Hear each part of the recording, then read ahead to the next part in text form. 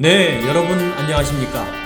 저는 꾸기의 재무설계TV의 전재국입니다. 오늘은 여러분들과 함께 상위 5%의 연금 고수들의 포트폴리오란 주제를 가지고 여러분들과 같이 이야기를 좀 나눠보도록 하겠습니다. 네, 본 참고자료는요 2021년도 7월 5일 조선일보에서 발췌를 한 내용이 되겠습니다. 조선일보의 7월 5일자 신문에 연금 디바이드가 시작됐다라고 이렇게 기사를 냈는데요. 개인별로 수익률이 37% 대 9%. 연금 디바이드는 뭐를 의미하냐면 연금의 양극화를 의미합니다. 그래서 보통 개인형 IRP라고 하죠. 가입자들의 최근 1년 수익률을 보니까요. 상위 5%의 고객은요. 36.6%를 냈습니다. 반면에 전체 고객은 8.9%로 해서 9% 정도에 해당이 되니까 상당한 갭이 생겼다고 좀 볼 수가 있는 대목입니다. 특히 여러분들 아시겠지만은 IRP는요 100%를 다 위험자산에 투자할 수가 없죠. 그래서 최대 70%를 한도로 요거를 감안을 해볼 때 상당히 대단한 수익률이 났다라고 보여질 수가 있겠습니다. 자, 상위 5% 연금 고수들의 포트폴리오는 과연 어땠을까요? 펀드에는 56.8%를 담아놨었고요.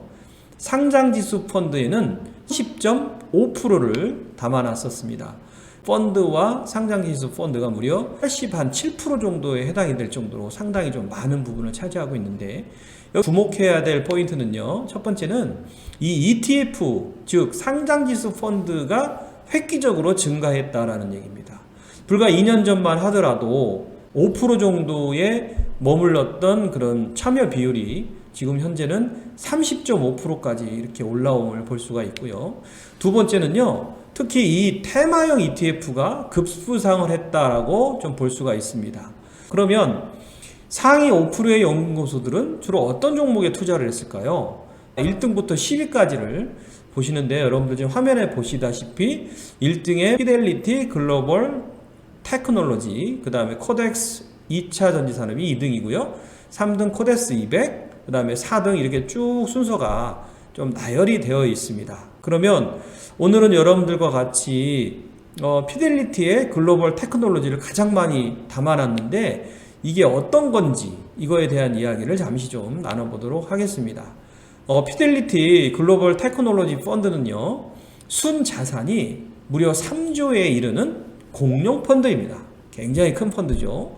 그리고 여기는 주로 상품명에서도 나와 있습니다만은 글로벌 테크놀로지 펀드로 해서 4차 산업 기술주에 주로 투자를 하는데, 그게 어느 특정되어 있지 않다라는 얘기예요. 즉 5G, AI, 전기차, 게임, 인터넷 산업도 미국에 투자할 수도 있고 중국에 투자할 수도 있고, 그 다음에 로봇, 그 다음에 기업의 디지털화 등등해서 4차 산업 기술주에 상당 부분 많이 투자가 되어 있고요. 분산 투자를 통한 위험 관리가 탁월하다. 그리고 주요 투자처로는 마이크로소프트, 애플, 삼성전자가 있겠습니다. 참고자료로 글로벌 테크놀로지 이 펀드의 수익률을 좀 잠시 살펴보는데요. 설정일이 2015년도 6월이라고 볼 때 밑에 하단에 있는 1년 수익률이 보시면 54%에 육박이 됩니다. 대단한 수익률이고요. 3년 수익률은요 105.29%, 105%에 좀 해당이 되고요. 설정일 이후에는요 200% 정도의 수익률을 낸 어마어마한 그런 펀드다라고 좀 볼 수가 있고, 두 번째 상위 5% 연금 고수들의 어떤 종목인지를 조금 관심 있게 보시다 보면요, 4등에 한국투자연금 베트남, 그 다음에 6등에 한국투자연금 베트남 클로스, 그 다음에 9등에 삼성 아세안 플러스 베트남, 무려 10등 안에 3개의 베트남 펀드가 좀 들어와 있는데요. 이거는 베트남 증시가 상당히 좀 좋았다라는 그런 부분들로 해서 베트남을 담아있는 펀드들은 거의 대부분의 고수익을 냈다라고 볼 수가 있는데요. 그렇다면 우리가 좀 중요한 것은요, 향후에 그런 베트남 펀드를 좀 더 담을 수 있느냐라는 겁니다. 이거와 관련돼서 여러분들한테 좀 이야기를 좀 나눠볼 텐데요. 우리가 베트남 펀드를 BN 지수라고 이야기를 했는데요. 지난달 29일까지, 6월 29일까지 1410까지 이렇게 치솟아서 사상 최고치를 갈아치웠습니다. 올해 들어 한 30% 가까이 뛰었다는 얘기죠. 그러면 투자자의 관심은 그럼 지금 올라타도 되는지에 대한 여부가 좀 중요하겠죠.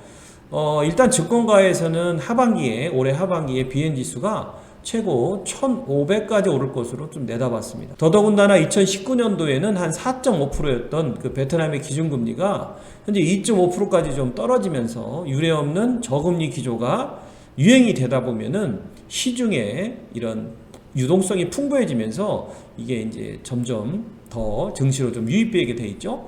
백신이 접종이 되면서 경기 확장 국면으로 들어갈 것이라는 점이 지수 상승을 예상하는 이유입니다. 그렇지만은 시장의 경계감도 만만치가 않다는 거죠. 신흥국 시장의 특성상 변동성이 매우 큰 게 이제 베트남 증시고요. 단기간에 빠르게 좀 급등했기 때문에 이게 좀 쉬어가기를 할 수 있는 그런 부분들도 한번 예측을 해볼 수가 있는 내용이고요. 차익 실현 욕구가 좀 증대돼 가지고 어떻게 될지는 여러분들의 판단에 의해서 하시는 게 좋겠다라는 얘기 드려봅니다. 자, 여러분 정리하면서요. IRP의 입구는 개인형 퇴직연금 계좌인 IRP는 입구는 서로 공평합니다. 그런데 이 출구가 수익률 때문에 그래서 그런지 매우 불공평함을 볼 수가 있는데 오늘 제가 말씀드린 바와 같이 종합 정리를 해본다 그러면 일단은 퇴직연금의 IRP는 55세 전에 찾을 수가 없어요. 종도 유출도 불가능하죠. 그래서 긴 호흡으로 투자를 하시는 것이 중요합니다. 그래서 짧게 보시는 게 아니라 긴 호흡으로 투자하시는 것이 중요하고요. 두 번째는 이렇게 긴 호흡으로 투자를 하기 때문에 펀드나 ETF 등의 실적 배당형 상품을 조금 더 늘리실 수 있는 여러분들의 그런 해안이 필요한 상황이다라고 말씀을 드려볼 수가 있고요.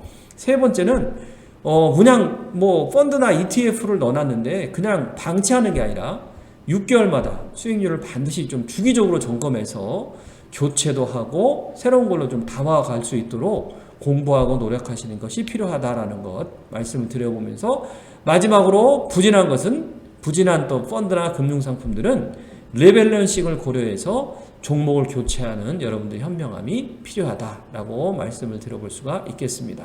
자, 오늘 여러분들과 같이 학습을 했습니다. 여러분 오늘도 열심히 저하고 잘 학습을 하셨나요? 공부한 만큼 노후가 보장되는 금태족 여러분들의 원동력이 될 수 있다라고 말씀드리면서 여러분들의 금태족을 저희 꾸기TV에서 응원을 하도록 하겠습니다. 오늘 경청해 주셔서 감사드리고요. 저는 다음 시간에 뵙도록 하겠습니다. 감사합니다.